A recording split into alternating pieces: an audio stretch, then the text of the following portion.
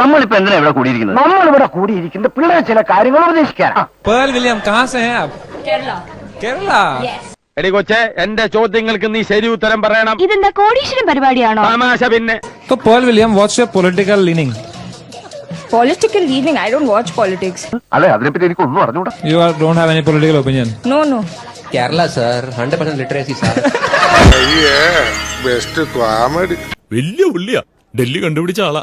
Indian രാഷ്ട്രീയ ചരിത്രത്തിൽ മാറ്റിവെക്കാൻ പറ്റാത്തൊരു അധ്യായം പറഞ്ഞത് കേട്ടാ. കേരള ഷാർ 100% ലിറ്ററസി ഷാർ ഊക്കിയതാണ്. കേരളത്തിലെ ലിറ്ററസിക്ക് കയറിയ ഒരു അടി, അവന്റെ ചർക്കാച്ചം മലയാളികൾ വിടും. അവൻ എന്റെ കൈയിൽ കിട്ടിയ പിഴിഞ്ഞ് ഞാൻ ചാറ് കുടിക്കും. ഇവനെ അപരാധം പറയണം. ഇവന്റെ ഇൻസ്റ്റാ പേജ് ഞാൻ കാണിച്ചു. അതിനകത്ത് പോയി തന്തലാഴി പറയണം. അവന്മാരെ ഇപ്പൊ തന്നെ നോക്കണം. ഹരിയാപ്പ് കറിയുപ്പ് അല്ലടോ, ഹരിയാപ്പ് ഒന്ന് വേഗം വരാൻ. കമോൺ.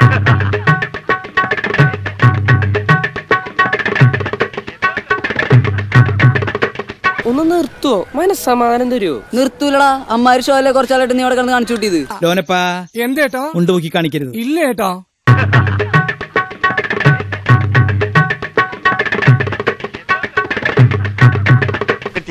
മുതലും പലിശ ചേർത്ത് കിട്ടി. കേരളം ഒരു ഭീകര സ്ഥലം തന്നെ അല്ലേ.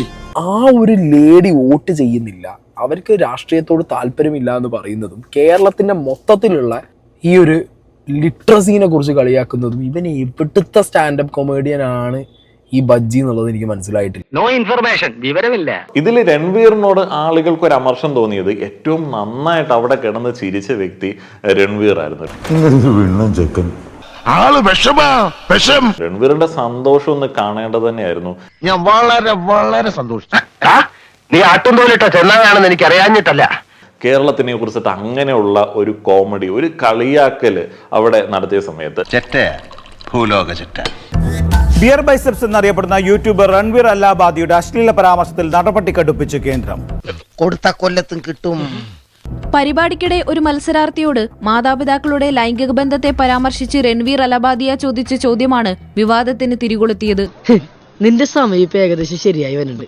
ഇപ്പോ വേണുഗോപാൽ ജിക്ക് എന്ത് തോന്നുന്നു? My comment wasn't just inappropriate, it wasn't even funny. Comedy is not my forte. I'm just here to say sorry. എന്തായിരുന്നു എന്തൊക്കെയായിരുന്നു അവന്റെ അഹങ്കാരം? അതന്നെ അവന്റെ finish.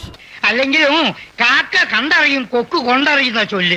I'm not going to give any context or justification or reasoning behind whatever happened. I'm just here for an apology. അതെങ്ങനെ മനസ്സിലായി? അയ്യപ്പനെ സെപ്റ്റി tank വേണ്ടതാ. ഈ രാഷ്ട്രീയം ഇല്ല എന്ന് കൂൾ ആൻഡ് ഫാഷൻ ആയിട്ട് പറയുന്ന ആളുകൾ മനസ്സിലാക്കേണ്ടുന്ന ഒരു സംഗതി ഉണ്ട്. നിങ്ങൾക്ക് രാഷ്ട്രീയം ഉണ്ട്, എല്ലാവർക്കും ഒരു രാഷ്ട്രീയമുണ്ട്. ഇവിടെയുള്ള കക്ഷി രാഷ്ട്രീയത്തിൽ നിങ്ങൾ ഇൻട്രസ്റ്റഡ് അല്ല. നിങ്ങൾക്ക് വ്യക്തിപരമായിട്ടുള്ള ചില രാഷ്ട്രീയം ഉണ്ട് എന്ന് പറയുന്നത് പോലും ഒരു രാഷ്ട്രീയമാണ്. സത്യം, എനിക്കത് തോന്നാറുണ്ട്. അപ്പോൾ എവിടെയെങ്കിലുമൊക്കെ ആരെങ്കിലുമൊക്കെ ചോദിക്കുകയാണെന്നുണ്ടെങ്കിൽ അങ്ങനെയെങ്കിലും പറയുക. അപ്പോൾ നമ്മുടെ ഒരു പൊളിറ്റിക്കൽ ചായ്വ് അങ്ങനെയാണ് എന്നൊക്കെ അവർ വിചാരിച്ചോളൂ. ഈ പറഞ്ഞത് ന്യായം. തെളിക്കുന്ന വഴിക്ക് നടന്നില്ലെങ്കിൽ നടക്കുന്ന വഴിക്ക് തെളിക്കുക എന്നൊരു ചൊല്ലുണ്ട്. അതാണ് ഈ അടുത്ത പരിപാടി വരാൻ.